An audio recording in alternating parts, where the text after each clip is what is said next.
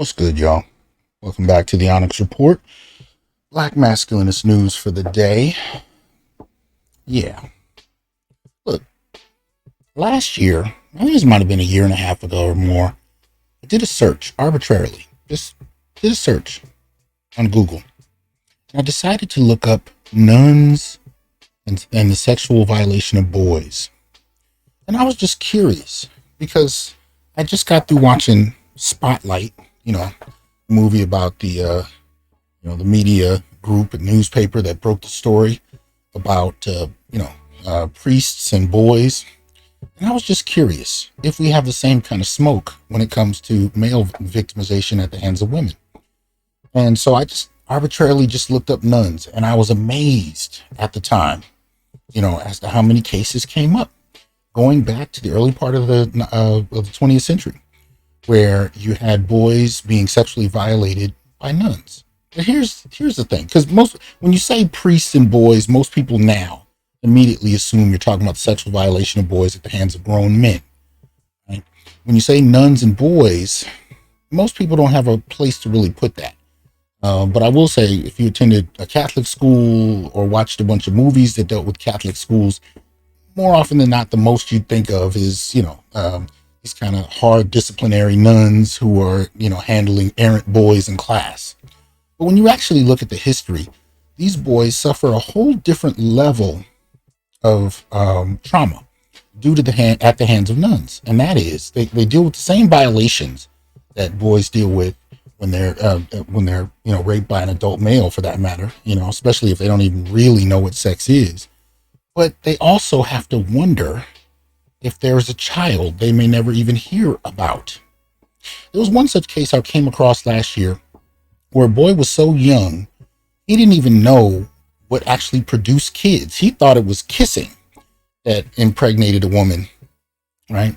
So when he actually was called to the room of one of his nun teachers, and she sexually violated him, he was traumatized, to be sure. But then he found out that she was actually pregnant, and the Catholic Church moved her to parts unknown, and he never heard from her or the child again.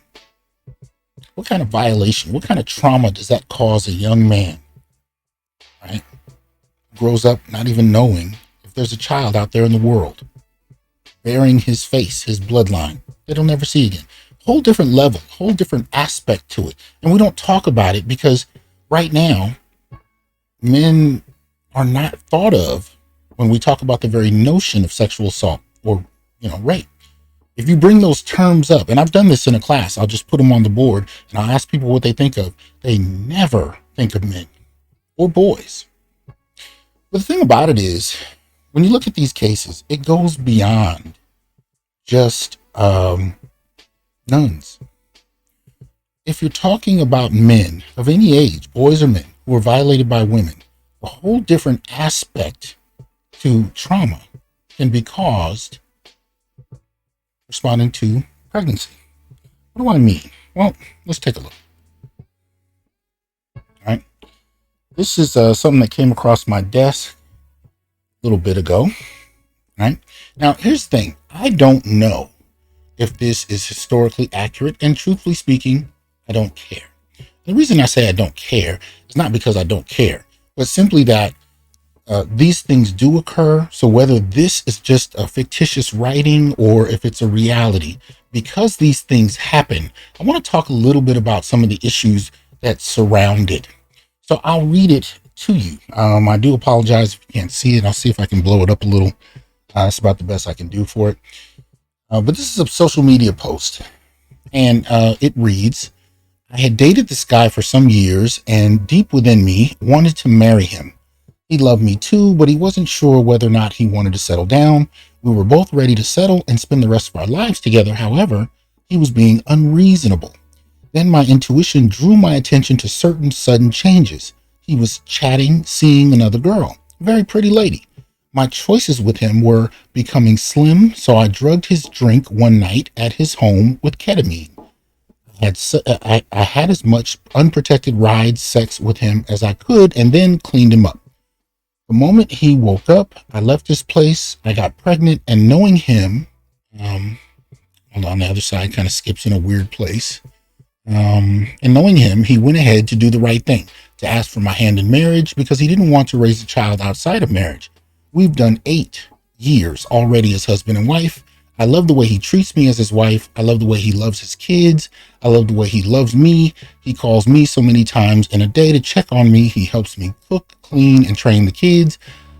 He allows me so much time to rest. What I did may have been wrong, but it got me the result I needed, and it brought out the best in him too. I love my husband and will do anything to make him realize that. Yeah. I will do anything to make him realize that. See, that's interesting because what if, in effect she's doing is she's justifying the ends with the means. She's suggesting that because the outcome is pleasurable to her and suited her dreams about domesticity, that they must be okay for him. And because he seems happy and he's doing all of these different things, it was justified. Yeah. Shout out to my boy, Keep It 100. You can find him on YouTube. He had a response to this as well. He said, it gives me Coming to America vibes. Check my review on that if you haven't seen it, but it definitely deals with male rape, male sexual assault. He also said, most ironic, with all this talk about rape culture, men don't discuss rape amongst each other. But she posted this openly, knowing it would be accepted. This is what rape culture looks like. Absolutely. Absolutely. This is what it looks like.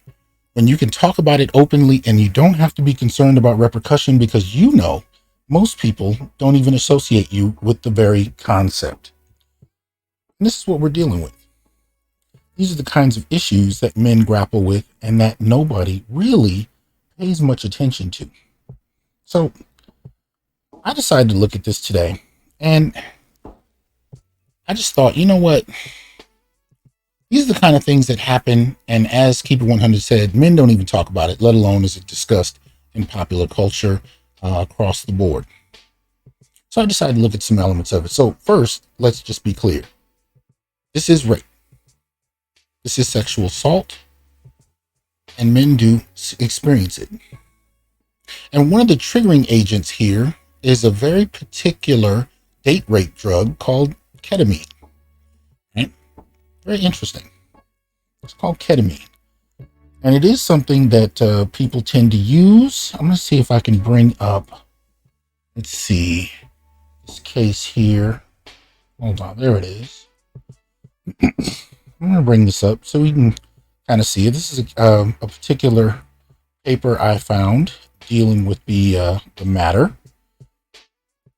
So we look a little bit at ketamine, right?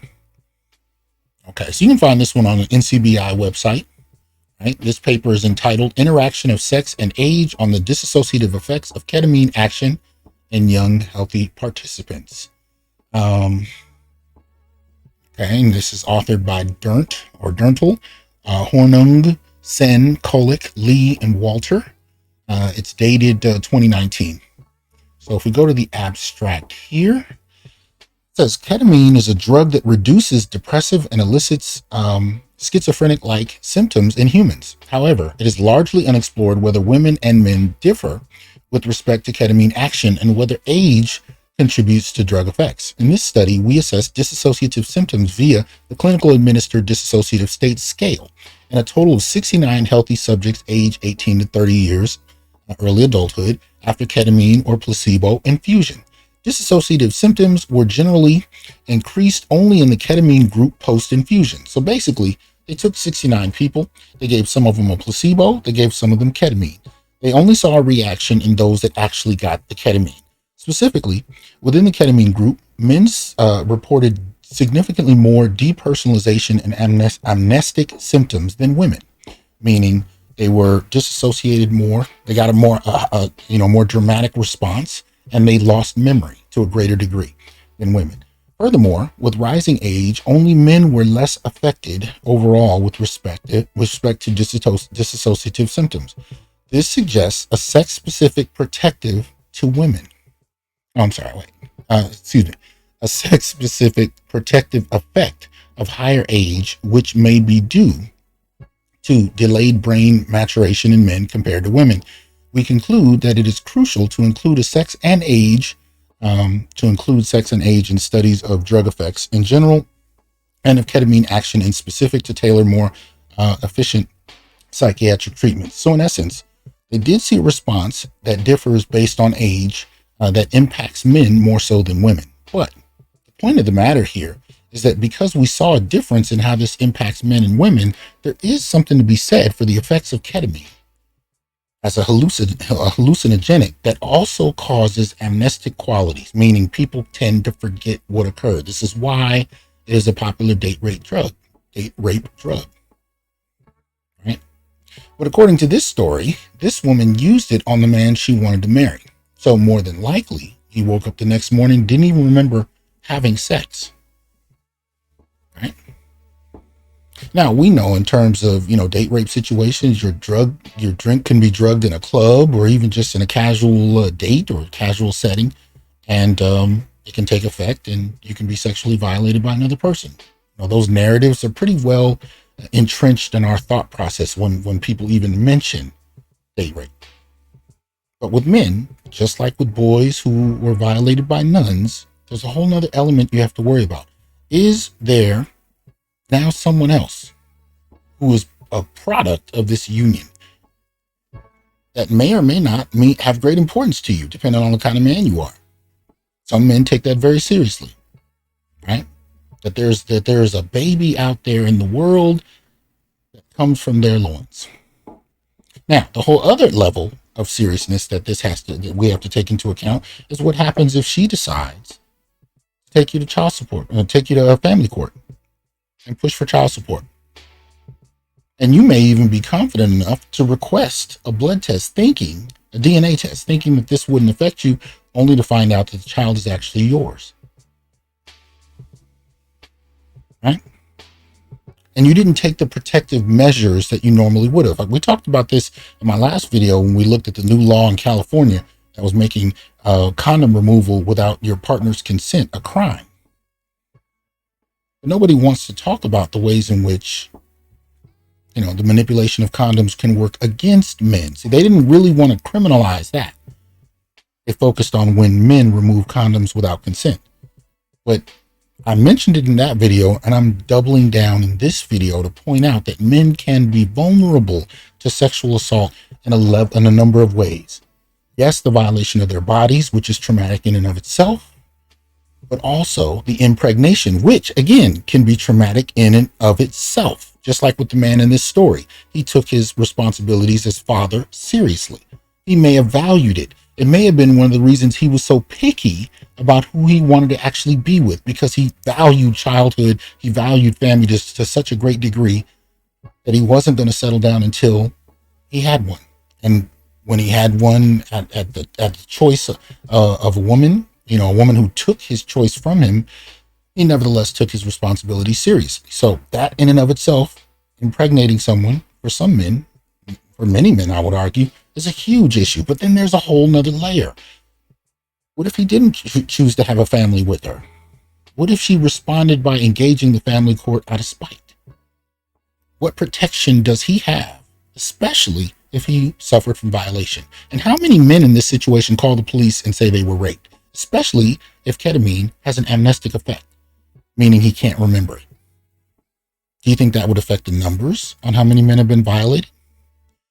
And does it really have to stop at the use of drugs? Here's another situation that I'm sure many of you are somewhat familiar with. This was from an episode of Wendy Williams. Take a listen. Hi, Wendy. My name is Kendra. How you doing? Very well, Kendra. How can I help you? So I've been married for 6 years, and me and my husband just had our first baby girl about 9 months ago. Congratulations. Thank you. So before we were married, he promised me we would have 2 kids, and now he doesn't want any more. My friends think I should trick him and stop taking my birth control. What do you think, Wendy? I'm embarrassed to say this because I don't like spousal lying. However, men have never been in control of our bodies. We're the ones in control. I'm not going to suggest that you do that, but look into my eyes and Okay. He promised. Wait, can I just take a quick poll? Clap if you think that she should trick him. My people. Okay. And that particular video clip ends with the one man's face in the audience who was thoroughly disgusted at how many of these women are okay with that, especially when you consider that whether you're talking about abuse or rape with or sex without consent, which is generally regarded as rape, even within a marriage, there have been policies about this since the 70s that have pushed against men claiming ownership of even their wives' bodies. But when the reverse is on the table, all of a sudden those rights and issues, and they just go out the window simply because she wants one. And unfortunately, this is not limited to just popular culture. I wanted to kind of come at you with some of the material that I found, but hey, as much as I don't generally like anecdotal stories, when they are of relevance, I don't mind them occasionally. But I did have an ex that I spoke to. This was a number of years ago, and we were together a couple of decades ago. But when I caught up with her at one point, we discussed how life was with us, what was going on with us. And she had a child, sent me pictures, gorgeous, right?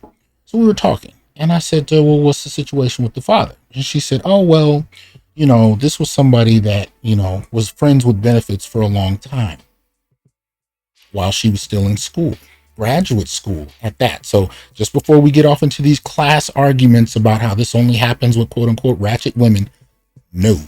White collar professional, graduate school with high marks, working a high level job at this moment. She said when they were dating while she was in school that he was just friends with benefits. And after a while, she got to like him. She, as they say, caught feelings. And she asked if they could change the nature of their relationship. He wasn't interested in it. And then when she asked about children, he said he didn't want kids at all in life. Now, this is the part where you'll have people blame him for not going to get a vasectomy or something. But again, we don't blame women if they say they don't want a child and a man gets them pregnant. We don't blame the man, right? Or, we definitely don't blame the woman. We just assume, leave it at, it is what it is. And she can go get an abortion, of course. But for men, there's no such options. So, before you blame him for not getting a vasectomy, he made his position clear, and they agreed on a very specific type of birth control practice. Well, at a particular point, she mysteriously forgot to continue taking her birth control. And even though they had been having sex for years, got to the point where they got so comfortable with each other, they stopped wearing protection. He stopped wearing it because she had promised him to uphold what they agreed upon. She got pregnant. Then, despite not having to consult him at all, ask him how he felt, how he thought, or whatever, she decided to have the child. And even though he had voiced not wanting to have a child very early on, she hit him up for child support. And then by the time she and I had this phone call, she would tell me stories about how he was just not a great father. Not that he was horrible. He participated. He had his daughter over. He paid child support. He did what he could. But she still took it upon herself to talk about how lackluster a father he was, completely dismissing the fact that he never wanted to be one, and told her that up front. So again, you can talk about whatever you want in regard to what he did and didn't do, what he should or shouldn't have done, but we have a way when it comes to these kind of stories of sidestepping accountability when it comes to women's roles in the situation, and we blame men. And men themselves do it. We don't know how to hold women accountable, and we don't know how to assess or come to grips with the realities of female evil. But here's what I mean by that. I don't mean female evil in the sense that women are more evil than anybody else. What I mean to say is that as human beings, we all have the capacity for evil. Whether you're talking about court criminal sentencing or whether you're talking about policy, we don't know how to assess and hold women accountable for their behavior. We double down on men. We dismiss women, even when it comes to assessing, or I should say, formulating the very data that we base many of our worldviews and perspective on. Even that. You've seen a lot of studies that look into nuns violating boys. How many studies have you run across that have been highly popularized in mainstream culture about women that knowingly manipulate men in regard to birth control? Not saying there aren't any, but have you seen any highly publicized? See, that's what I'm talking about. The degree to which I can say sexual assault, and most people wouldn't even associate, males wouldn't even come to mind, boys or men. That's what I'm talking about. And that's a problem, because it opens up yet another line of vulnerability for men, another layer of a lack of accountability for women, and a degree to which we continue to create policy as if men have no gender and can't be vulnerable, even to the law. Anyway, hope you guys are well. I'd like to hear your comments in the comment section. Peace.